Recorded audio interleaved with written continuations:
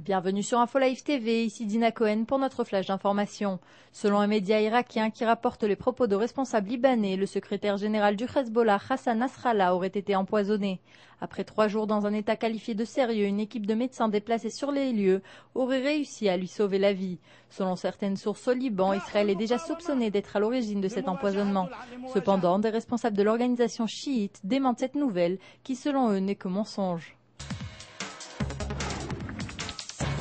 Selon le site internet d'Ebka, la presse arabe multiplie les affirmations selon lesquelles Meir Dagan, le chef du Mossad, les services de renseignement israéliens, aurait été attaqué à Amman il y a 10 jours, le 12 octobre. Certains décrivent une grande explosion le long de son convoi et ajoutent que des gardes israéliens et jordaniens auraient été blessés.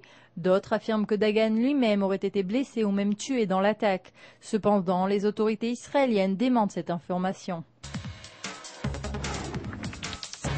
Il semblerait que Tzipi Livni, la nouvelle présidente de Kadima, ne soit forcée de former un gouvernement à majorité réduite. En effet, elle rencontre de nombreuses difficultés dans ses négociations avec les partis qu'elle voudrait introduire dans sa coalition. Mis à part les problèmes qu'elle affronte avec ses interlocuteurs des autres formations politiques, elle doit également faire face aux attaques de certains membres influents de son propre parti qui refusent catégoriquement la création d'un gouvernement à majorité réduite. L'ambassadeur de la Syrie aux États-Unis a prévenu ce mardi que si les négociations de paix entre Israël et la Syrie échouaient, les citoyens de chaque pays en paieront le prix. Si les Israéliens s'intéressent seulement au processus et non à la paix, ils seront finalement tenus pour responsables. Les générations futures israéliennes et arabes paieront un prix élevé pour cette myopie et cette obstination, a-t-il déclaré. Israël et la Syrie ont annoncé en mai qu'ils tenaient des négociations de paix indirectes.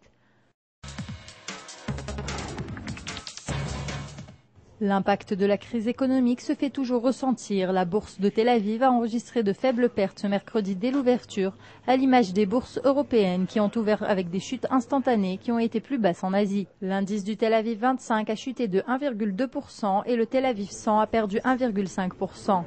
Les pertes européennes sont aussi apparues après le renversement ce mardi de Wall Street, reflétant le pessimisme des marchés mondiaux.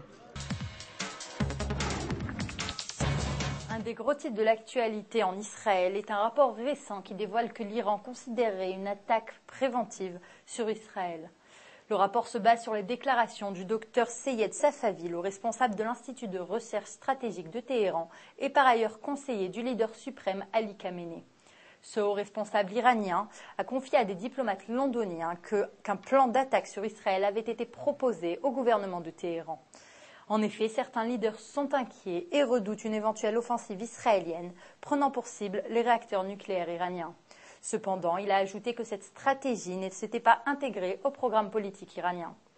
Ces derniers mois, de nombreuses personnalités officielles israéliennes ont multiplié les déclarations affirmant être prêts à toute possibilité afin de contrer un Iran nucléaire. En juin dernier, le ministre des Transports, Shaul Mofaz, avait déclaré qu'Israël serait forcé de frapper l'Iran si Téhéran poursuit son programme d'enrichissement d'uranium.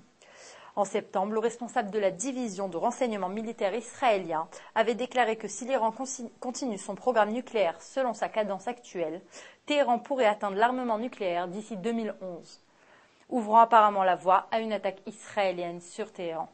Selon le docteur Seyed Safavi, ces déclarations renforcent certaines positions iraniennes qui prônent une attaque préventive sur Israël.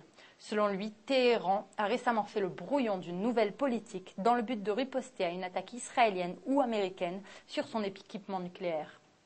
Alors que la politique précédente prévoyait des attaques contre les intérêts israéliens et américains au Moyen-Orient et dans le monde, cette nouvelle politique vise uniquement Israël.